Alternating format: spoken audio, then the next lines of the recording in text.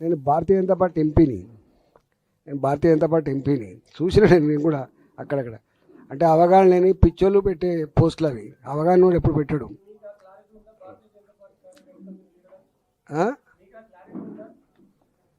వాళ్ళు చెప్పాలి. ఎవడు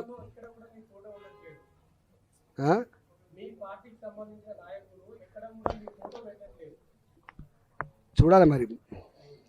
ఈటల రాజేందర్ గారు ఏ పార్టీలో ఉన్నాడో మరి వాళ్ళు చెప్పాలి, ప్రజలు తెలుసుకుంటారు.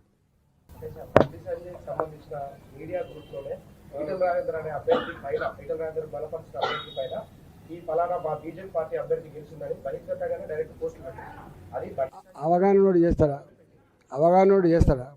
అవగాహన ఉన్నోడు ఈ మాట మాట్లాడతాడా? అవగాహన ఉన్నోడు పోస్ట్ పెడతాడా? అవగాహన ఉన్నోడు పెడతాడా చెప్పు. సరే, దాని గురించి తెలుసుకుంటుంది, పార్టీ తెలుసుకుంటుంది. Time will decide. అది ప్రజల మధ్యలో ఉంటుంది. ప్రజలకు అర్థమవుతుంది ఎవరేం చేస్తుండ్రు, ఎవరేం చెప్తున్నారు, అవన్నీ ప్రజలు తెలుసుకుంటారు. సంబంధించి ఇక్కడ స్థానాలలో ఖచ్చితంగా గెలవాలని కమలాపూర్కి 8 లక్షల రూపాయలను బీఆర్ఎస్ పార్టీ అభ్యర్థికి బండి సంజయ్ పంపించారని చెప్పి బహిర్గతంగానే ఒక లిస్టు వెళ్ళారు.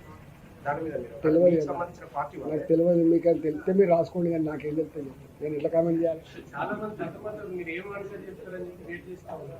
చెప్తాను, సందర్భాలు కూడా చెప్పేటప్పుడు చెప్తాయి. ఇప్పుడు వట్టి ఎలక్షన్స్ ఉందండి, మధ్యలో ఉన్నాం. ఇప్పుడు 2వ విడుతుంది, 3వ విడుతుంది, ఇవన్నీ అయిపోయిందో చెప్తా.